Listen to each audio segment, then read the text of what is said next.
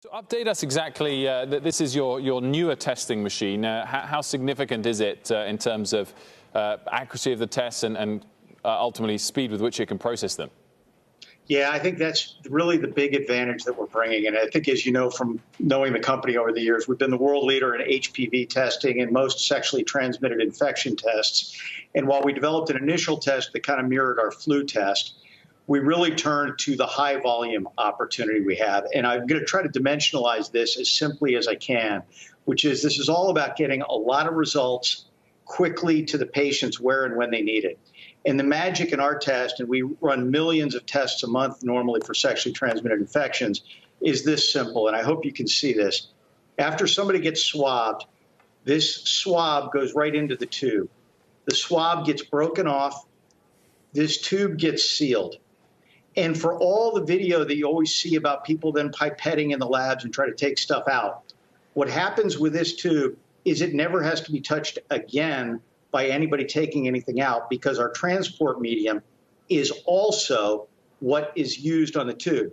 This then effectively goes to the lab, gets put onto a rack, and that rack gets put right onto the Panther machine that you were showing earlier.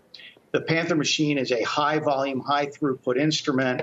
And then, if you'll pardon my little attempt right here, the magic is, and where Dr. Birx and the whole team are so excited, this is where the Panthers are around the United States. There's over 1,000 of them in all 50 states. So instead of what's been happening where somebody gets swabbed at a drive-through thing, it goes into a bag, it's going to get in a car, it's going to go on an airplane, it's going to get back, and the whole delays in testing, this can come right to the hospital. Take an example, Northwell Hospital. They want to test their employees at night. They can swab them, run them overnight, and know if they can show up in the morning and be ready to go to work, or other things like that. So, and then, literally we're going to release 3 million tests next week. There are a few companies on the planet that can do that scale, and we've committed to at least 1 million a week, every week for the rest of the year. Well, you certainly came prepared, Steve. Thanks for the demo. What about that question of accuracy? We've been hearing more and more about the issue of false positives and false negatives. Have your tests been validated? Yes. What we have is our PCR test, which was our first one, was validated. And then this one as well. It's a different process than the typical FDA, rigors, because they are allowing emergency use. But because we have so much experience using, this is a messenger RNA technology that we have so much experience in, that has very high levels of sensitivity and specificity. In the label itself, what you see is remarkably high levels, i.e., we actually in the label test detected every false positive, or basically no false positives, and got all of the negatives.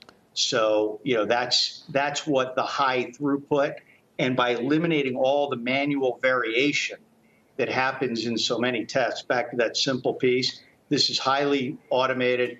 It brings a remarkable level of efficiency and accuracy, both sensitivity and specificity, which are the key attributes in molecular diagnostic testing. So Steve, help us with some of the math here. I mean, how long away are we from being in a position in the U.S. when everybody that needs to have been tested can get a test fairly easily? Wilfred, I'm not sure I can answer that, because I don't know what that true answer is as to how many tests per day. I think where we really need, and I think, there are different models and everything else, but, can we get to a point where we're conducting millions of tests a week in this country, which should therefore, and be able to sample them appropriately? When you look, obviously where you guys are in the New York, New Jersey area, there's still a tremendous need to get more people tested. In many states now, we're really testing, the current results are, very low single digits of percentages of people being tested. So I think what we've got to be able to do is monitor the hot spots, everything else, and whether that ends up being, call it 1 million tests a day, 750,000 tests a day, to, several million, I'm not sure where that will evolve. But I think, we're working very closely with Dr. Birx and their team to really help answer those questions. So, Steve, you mentioned you do a number of other diagnostic testing. I know pap smears, mammograms. What's happening with that business? And Are you concerned that people are going to be suffering in this country and we could have some real health problems as people who need those tests aren't able to access them or aren't going out to get them?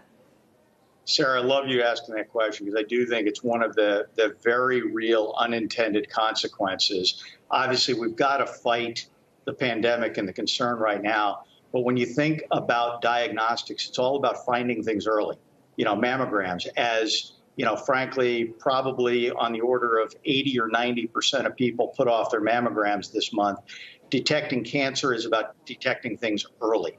And the earlier we can detect them, the better off we are. I do worry, and not just for our company, we have, for example, nothing in cardiology. People who have cardiac events, everything else, because they have not been going into the hospitals. So I think the best we can do is help get people back. The irony, and when you look at it on a national basis, by the way, I think most of the hospital system has never been more empty. It's incredibly burdened in some areas and incredibly empty in other areas. So I think the more that we can help get some balance back and allow people to safely start to be comfortable going back in, so we can avoid all the other unintended consequences of people potentially dying of different things that won't show up today, but are showing up down the road. Yeah, I think it's going to be a big story. Steve MacMillan, thanks for joining us with Hologic. Thanks for having us, Sarah and Wilford. Thank you both.